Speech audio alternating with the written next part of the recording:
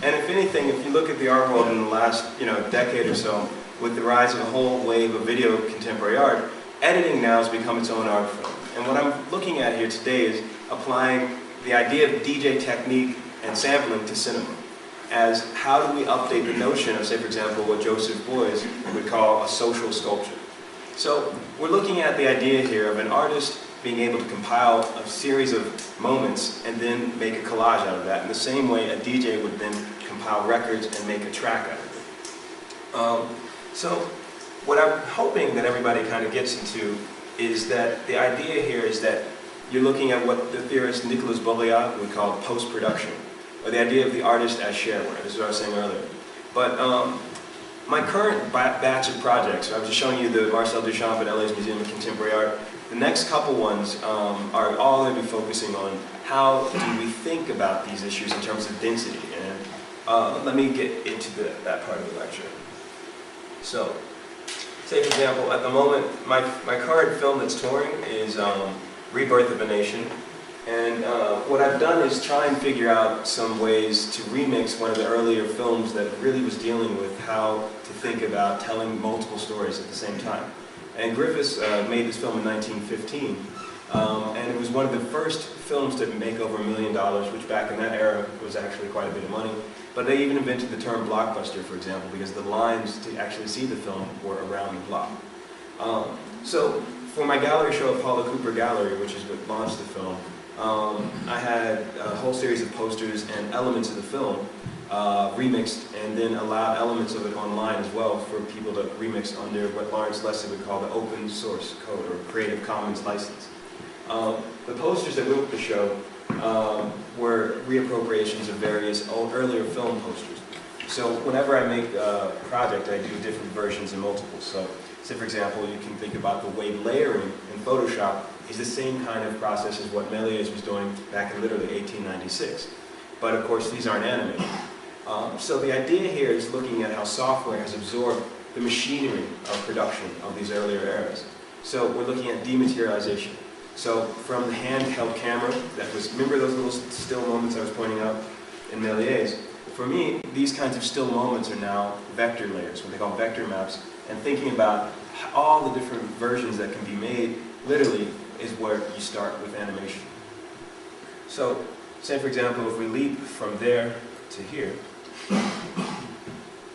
I'm going to go back into rhythm science. My book is called Rhythm Science, and it's precisely because it's about a certain linkage between mythology and technology. And the reason I started off my discussion with underground versus overground aesthetics is because essentially this is what's been used to kind of keep out underground, whatever you want to call it, pop culture, mass culture issues. So, for example, Warhol in the 50s took years to actually convince the conventional art world that the idea of the copy was a very specific act. And in fact, he had kind of a weird relationship with Duchamp because of the whole necessary relationship with found object. It took Duchamp almost 10 years to sort of acknowledge Warhol, for example. But the funny thing is, it doesn't matter. These are artists who are viewed in a museum in a Eurocentric context. For me as an African American, dealing with a downtown and multicultural environment of very specifically multicultural contemporary art, the art world's pretty much like South Africa, apartheid. It's very extremely white there. So what I'm doing right now is trying to figure out some strategies about multiculturalism and multiple perspectives on contemporary art that include some overground elements and some underground elements. So let me just get this started. Rhythm science. What you're seeing here is the cover of Scientific American from 1914. And it's a photograph by Eddie and Jules Moret, who was using machinery relatively similar to Edison and to Méliès. These kinds of still motion cameras allowed him to break apart the motion of anything the camera would view.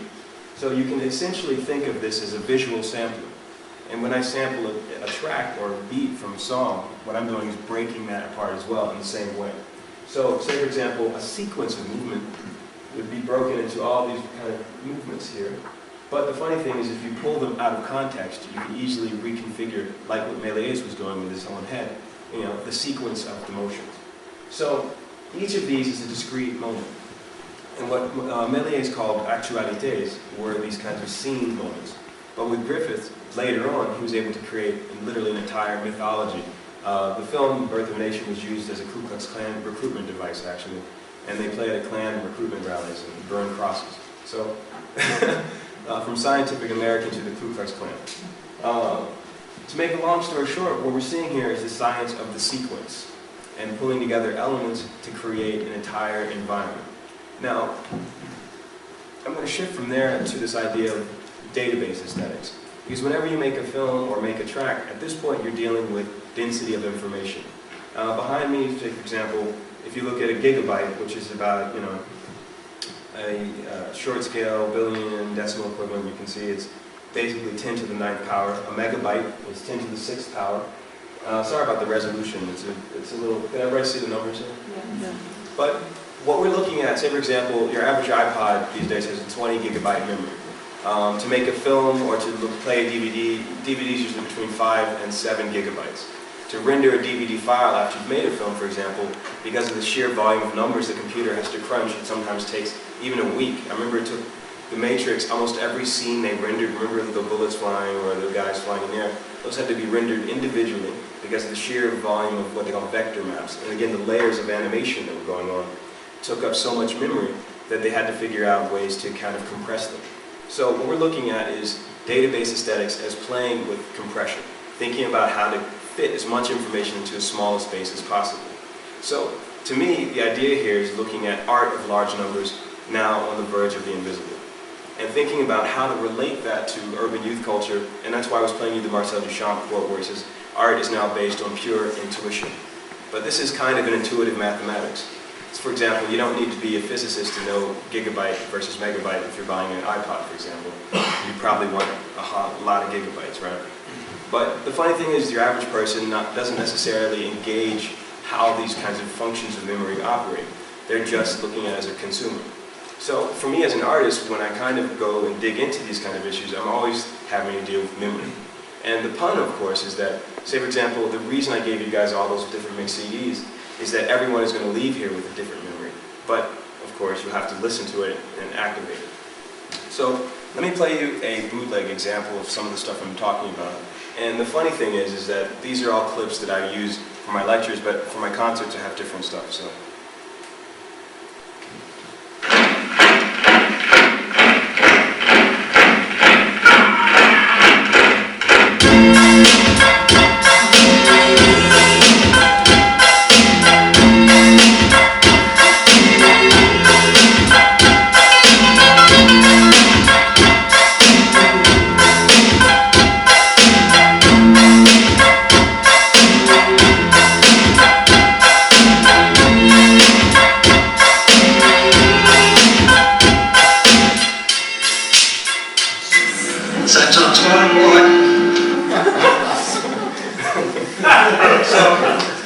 Sense of humor is kind of funny, it's humorously engaging here. It's kind of getting people to think about what happens when you have a different context in place.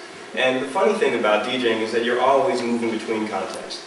And because of that, whenever I'm dealing with some of my art world projects or when I'm doing my club stuff, or for that matter, doing a lecture here, I'm trying to navigate several environments simultaneously.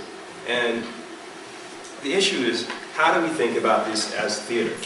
A couple weeks ago, I presented my film Birth of a Nation at the base of the Acropolis, and they gave me the Herod Atticus Theater, and about 4,000 people came out to the show. Those are the ruins of the theater, and I set up this projection screens. And the idea here is to think about, like I was saying earlier, theater of the rhyme.